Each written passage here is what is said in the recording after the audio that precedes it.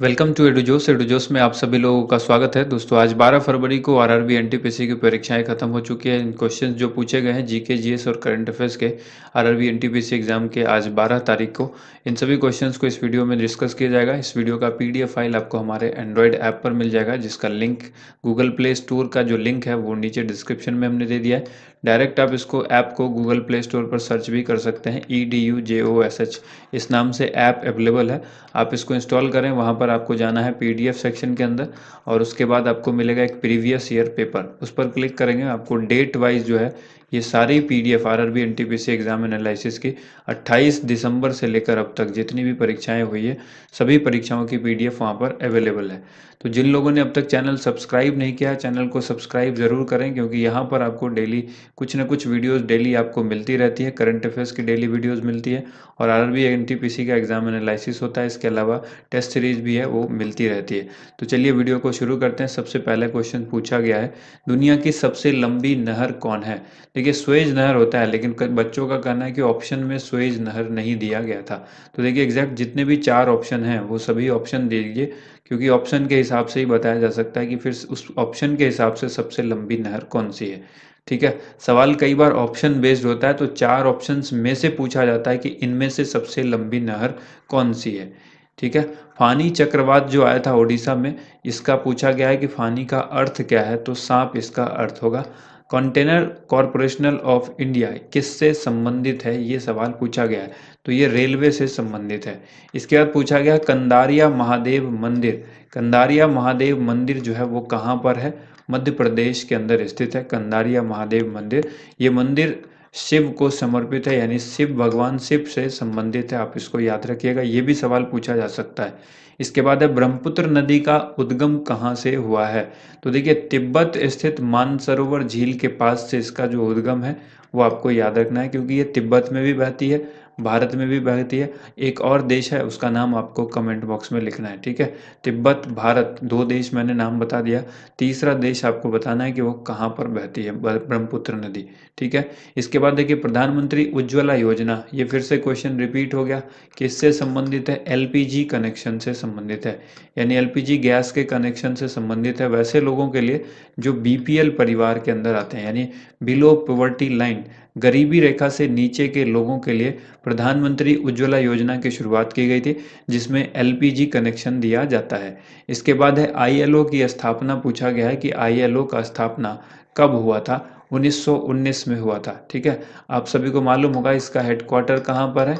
Geneva में है। ये भी सवाल आपसे पूछा जा सकता है, इसको रिलेट करके याद रखिए। International day of unborn child जो है वो पूछा गया कि कब मनाया जाता है? ठीक है, ये मनाया जाता है 25 मार्च को। आईसीसी वर्ल्ड कप 2019 फिर से ये रिपीट हुआ। ये क्वेश्चन पहले भी पूछा जा चुका है, कहाँ पर आयोजित हुआ? हमने आपको बताया था इंग्लैंड और वेल्स, दोनों आपको याद रखना है। आगे सवाल पूछा गया, राष्ट्रपति और उपराष्ट्रपति के नहीं रहने पर, यानी उनकी अनुपस्थिति में जो संसद का कार्यभार है वो कौन संभालेगा? तो राष्ट्रपति उपराष्ट्रपति जब नहीं होंगे तो उनका जो कार्यभार है वो सर्वोच्च न्यायालय के मुख्य न्यायाधीश संभालते हैं। ठीक है, इसके बाद सवाल है 2 सत्रों के बीच कितने महीने का अंतराल होना चाहिए? तो ये अंतराल है, अधिकतम जो होता है वो 6 माह का होता है। कितने अधिकतम कितने समय अंतराल होता है? अधिकतम 6 महीने का अंतराल होता है 2 सत्रों के बीच। निम्न में से कौन सा इनपुट हार्डवेयर डिवाइस है? हमने आपको पहले ही बताया है, स्कैनर जो है वो इनपुट डिवाइस है। और इस तरह से आप याद रखिएगा, कीबोर्ड, कीबोर्ड जो है वो इनपुट डिवाइस है। माउस क्या है? इनपुट डिवाइस है। और इसके अलावा जो टच पेन होता है, ठीक है, पेन पेन जो होता है जिसको यूज़ किया जाता है, डिजिटल पेन जो होता है वो भी एक इनपुट डिवाइस है। इस तरह से आपको याद रखना होगा ये सारी चीज़ें। इनपुट और आउटपुट में क्या क्या आता है? जैसे स्पीकर है वो आउटपुट है। अगर माइक्रोफोन की बात करें तो ये इनपुट है। ठीक है, स्पीकर हो गया। यहाँ पर प्रिंटर याद रखिएगा, प्रिंटर जो है वो आउटपुट है, ये आउटपुट याद रखिएगा। ठीक है, जिससे चीज़ें बाहर आती है, जो हमें आउटपुट देता है वो आउटपुट डिवाइस है। और जिसके थ्रू हम कोई चीज़ इन कराते हैं, जैसे माइक से हम क्या करते हैं? वॉइस इन कराते हैं सिस्टम में या किसी को, और स्पीकर हमें वॉइस देता है, ठीक है। प्रिंटर से हम कोई चीज़ पेपर जो है वो प्रिंट आउट निकालते हैं, स्कैनर से हम स्कैन करते हैं यानी इन करते हैं डॉक्यूमेंट को स्कैन करके, कीबोर्ड से हम कोई चीज़ एंटर करते हैं, माउस से कोई चीज़ हम क्लिक करते हैं, बताते हैं कंप्यूटर को कि ये करो, यानी वो इनपुट है। तो इस तरह की चीज़ें आपको याद रखना है। निम्न में से पहले किसके पहले गांधी इरविन समझौता हुआ था, ये सवाल पूछा गया है। किसके पहले? तो वहां पर ऑप्शन में था तीसरा गोलमेज सम्मेलन, ठीक है। तीसरे गोलमेज सम्मेलन से पहले गांधी इरविन समझौता हुआ था। मयूर सिंहासन पूछा गया है कि भारत में कौन ले गया था, मयूर सिंहासन भारत से कौन ले गया? तो ये ले गया नादिर शाह। नादिर शाह ने जब भारत पर आक्रमण किया था तो ये मयूर सिंहासन यहाँ से ले गया था। मयूर सिंहासन को तख्ते ताऊस भी कहते हैं। क्या कहते हैं? तख्ते ताऊस। और मयूर सिंहासन यानी तख्ते ताऊस का जो निर्माण है वो किसने करवाया था? शाहजहां ने इसको बनवाया था। ये भी याद रखिएगा, बहुत ही इंपॉर्टेंट सवाल है। न्यूटन का दूसरा नियम पूछा है, आप सबको पता है F बराबर ma होता है। त्रिस्तरीय परमाणु योजना के संस्थापक पूछा गया, डॉक्टर होमी जहांगीर भाभा, ठीक है, जिन्होंने बार्क की स्थापना की थी, ठीक है। भाभा एटॉमिक रिसर्च सेंटर, इसकी स्थापना की थी होमी जहांगीर भाभा ने। और त्रिस्तरीय परमाणु योजना के संस्थापक इन्हीं को कहा जाता है। जिसमें दूर की वस्तु नहीं दिखाई देती है उसमें कौन सा दोष होगा और उसका उपचार कैसे होगा, ये सवाल भी पूछा गया है। तो देखिए, जब दूर की दृष्टि नहीं दिखाई देती है, दूर की वस्तु जब नहीं दिखाई देती है, वैसे व्यक्ति को निकट दृष्टि दोष होता है, यानी ठीक उल्टा होता है। जब दूर की जो वस्तु है नहीं दिखाई देगी तो निकट दृष्टि दोष हो जाएगा उस व्यक्ति को, ठीक है। और जब किसी व्यक्ति को नज़दीक की यानी निकट की चीज़ नहीं दिखाई देती है तो उस व्यक्ति को दूर दृष्टि दोष होता है, ठीक है। अब देखिए इसका उपचार, यानी निकट दृष्टि दोष का उपचार किससे होगा? अवतल लेंस से होगा। जब निकट दृष्टि दोष होगा तो अवतल लेंस से उसका उपचार किया जाएगा, और जब दूर दृष्टि दोष होगा, ठीक है, तब इसमें क्या होगा? उत्तल लेंस होगा। आप इसको किस तरह से याद रखिएगा? दूर दृष्टि दोष किससे बना है? द ऊ लिखा हुआ है इसमें, ऊ याद रहेगा अगर आपको, तो ऊ से उत्तल लेंस होता है। तो जब दूर दृष्टि दोष लिखा हो तो इसका उपचार उत्तल लेंस से करेंगे, और जब निकट दृष्टि दोष हो तो ठीक इसका अपोजिट याद रखिएगा, अवतल लेंस से इसका उपचार किया जाता है।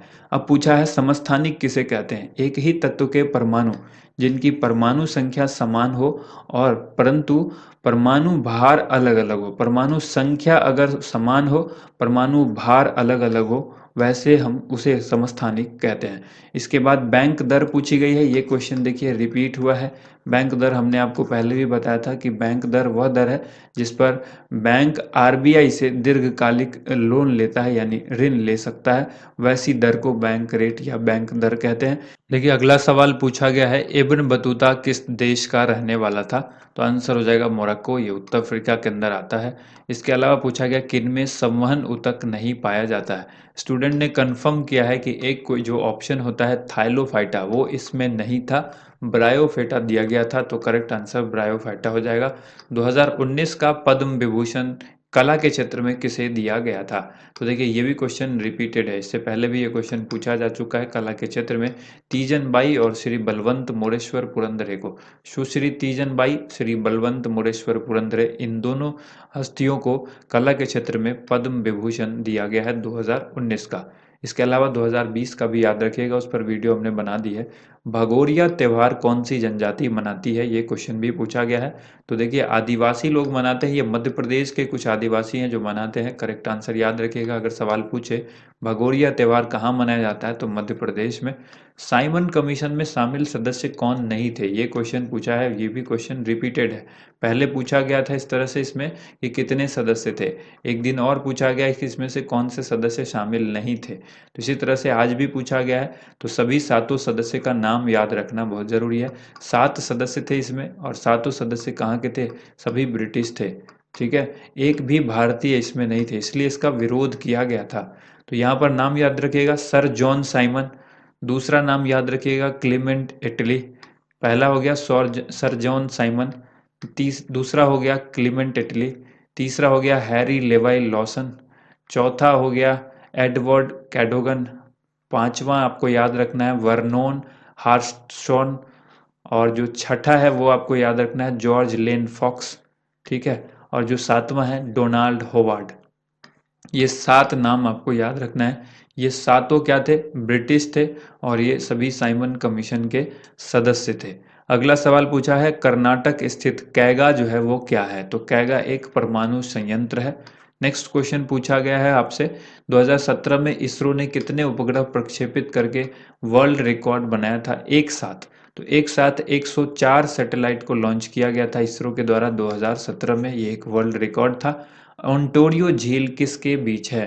तो ये कनाडा और अमेरिका के बीच स्थित है ओंटारियो झील। ओंटारिया झील जो है वो कहाँ किसके बीच है? कनाडा और अमेरिका के बीच है। इसके बाद कौन सा ऑपरेटिंग सिस्टम नहीं है, ये क्वेश्चन पूछा गया है। MS वर्ड वहाँ पर ऑप्शन दिया गया था।